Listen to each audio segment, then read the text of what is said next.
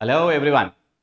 ये मत घबराना मत कि सर रेक्टिफिकेशन ऑफ एरर्स का वीडियो लेके आ गए।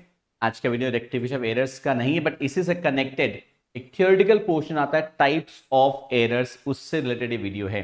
रेक्टिफिकेशन ऑफ एरर्स तो ऑलरेडी हमारे 11 की प्लेलिस्ट में है, जो कि आपने डेफिनेटली देख लिया होगा।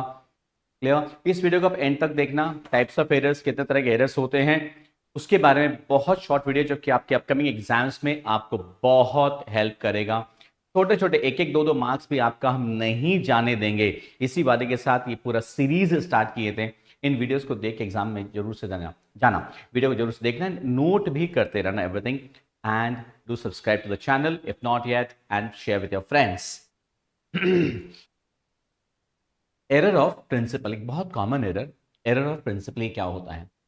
जब अकाउंटिंग प्रिंसिपल्स का गलत एप्लीकेशन हो जाता है।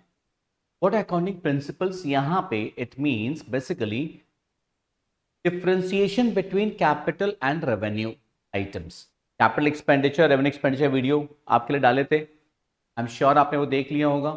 कैपिटल एंड रेवेन्यू आइटम्स में अगर आप गलती कर दे रहे हैं, मतलब कैपिटल एक्सपेंडिचर को रेवेन्यू एक्सपेंडिचर मान लिए थे, या रेवेन्यू एक्सपेंडिचर को कैपिटल एक्सपेंडिचर मान लिए थे, या कैपिटल रिसिप्ट को revenue receipt and revenue receipt को कैपिटल रिसिप्ट, बस तब ये एरर होता है। Then that is called error of principle. For example, machine purchase किया, परचेज अकाउंट में डेबिट कर दिया। Purchase account is a revenue expenditure, machine account is a capital expenditure, तो that is called error of principle. Machine काम में लेते लेते आपने मशीन का रिपेयरिंग कराया, तो उसकी एंट्री होती है repairs account debit to cash. But accountant ने एंट्री पास कर दी machinery account debit to cash, मतलब repairs account debit revenue expenditure debit होना था, बट आपने मशीन अकाउंट का डेबिट कर दिया, मतलब capital expenditure. Then this is called error of principle. Furniture बेचा आपने, फर्नीचर बेचा तो एंट्री होनी चाहिए cash account debit to furniture, but accountant ने एंट्री पास कर दी cash account debit to sales. Sales हमारा रेवेन्यू रिसिप्ट है, बट जबकि फर्नीचर बेचे हैं तो कैपिटल रिसिप्ट है, फर्नीचर क्रेडिट होना था। This is an example of error of principle. ऐसे एरर के चलते हमारा ट्रायल बैलेंस का टोटल में फर्क नहीं पड़ता है, ट्रायल बैलेंस का टोटल मैच हो जाता है। Please remember, again this is very important for MCQ exams specially, and for short questions.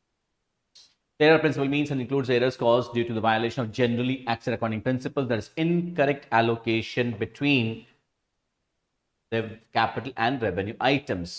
The items are recorded in the books of accounts without following the principle of accounting, then it is an error principle. Usually this error occurs due to ignorance about the principles of accounting. These errors do not affect the agreement of trial balance.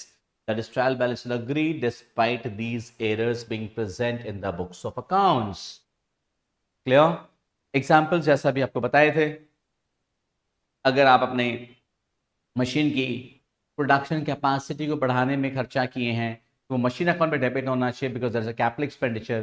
But अगर आप उसको repairs account में debit कर देते हो, मतलब revenue expenditure में debit कर दे रहे हो, this is an error of principle. Clear? Next is error of omission. Error of omission का मतलब कोई ट्रांजैक्शन को आपने बुक्स में रिकॉर्ड ही नहीं किया, that is error of principle, error of omission. Omit हो गया, जैसे goods purchased from Mr. X have not yet been recorded in the books. इसमें तो क्या हुआ, दोनों एस्पेक्ट रिकॉर्ड नहीं हुआ, इसको हम कहते हैं error of complete omission. Clear? Error of complete omission के केस में आपका ट्रायल बैलेंस मैच हो जाएगा, मतलब सस्पेंस अकाउंट नहीं आएगा। और एक और होता है error of partial omission. The goods purchased from Mr. X were entered in the purchase day book, but omitted to be posted to X account, but are not posted to the account of Mr. X. And that is error of partial omission. एक aspect record हुआ है, दूसरा aspect record नहीं हुआ है। Error of omission may be caused at the time of recording the transaction, the books of the original entry, or at the time of posting to the ledger. When any transaction is not recorded in the books of accounts, it is known as error of omission. These type of errors arise when a business transaction is completely or partially omitted to be recorded in the books of accounts. Partially or completely. Yeah? इसी का दोनों type explain किया हुआ है। दो type, one is complete omission.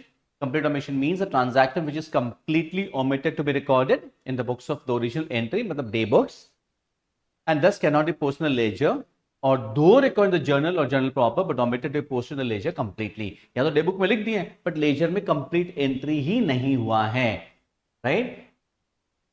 के बाद आपका पार्शियल ओमिशन बताए थे, एक अकाउंट में रिकॉर्ड हो गया, दूसरा अकाउंट में रिकॉर्ड नहीं हुआ. ऑब्वियसली इसके चलते हमारा ट्रायल बैलेंस मैच नहीं होगा, सस्पेंस अकाउंट आएगा. उसके बाद बहुत वाइडर कैटेगरी आती है एरर ऑफ कमीशन. बहुत सारा एरर्स है. अगर आपने रेक्टिफिकेशन ऑफ एरर्स वाला वीडियो किया है, वो चैप्टर भी आपने कवर किए हैं अपने स्कूल लेवल में भी. परचेज डे बुक अंडरकास्ट, कोई डे बुक ओवरकास्ट अंडरकास्ट हो गया, एरर ऑफ कमीशन. किसी अकाउंट के डेबिट में लिखना था, आपने क्रेडिट में लिख दिया. कैसे? Cash paid to Ram was credited to his account. Ram में डेबिट होना था बट आपने राम में क्रेडिट कर दिया, wrong side, error of commission. Amount paid to Ram ₹10,000 has been debited to his account as 1,000. Ram account में डेबिट 10,000 की जगह आपने 1,000 रुपए किया, wrong amount, error of commission. Wrong side, error of commission. Wrong amount, error of commission. Amount paid to Ram was debited to Rama account. Error of commission. कोई और account में डाल दी. अब यहां एरर प्रिंसिपल के साथ कंफ्यूज मत होना. आप बोलना सर रिपेयर्स की जगह मशीन को डाल दिया तो फिर वो भी तो ये होगा. नहीं, रिपेयर्स की जगह machine becomes wrong accounting principle. Revenue and capital का डिफरेंस में गलत हो रहा है. बट यहां पे राम की जगह राम अकाउंट होगा, राम की जगह श्याम अकाउंट हो गया, एक्स की जगह वाई अकाउंट हो गया. ये एरर प्रिंसिपल नहीं है, ये एरर ऑफ कमीशन है.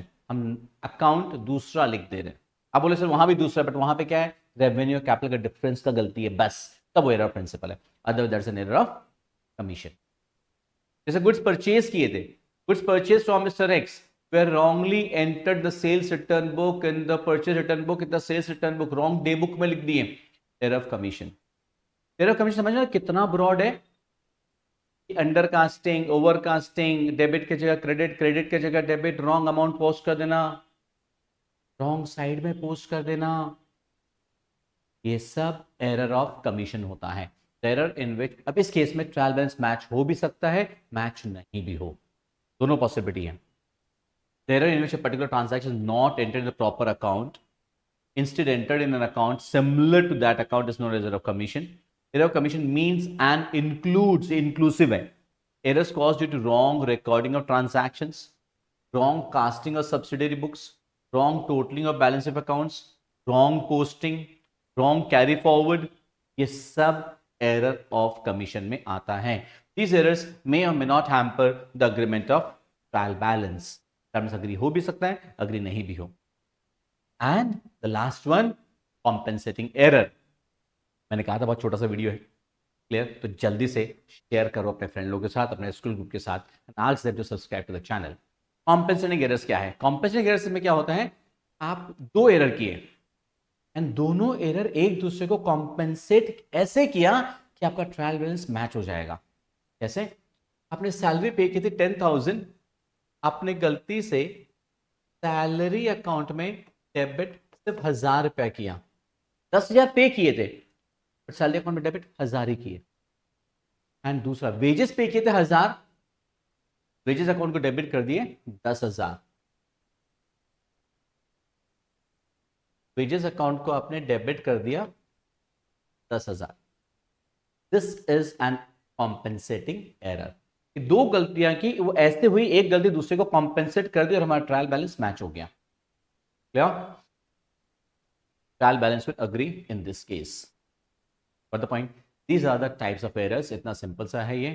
Thank you for watching. Keep loving, keep supporting and all the best.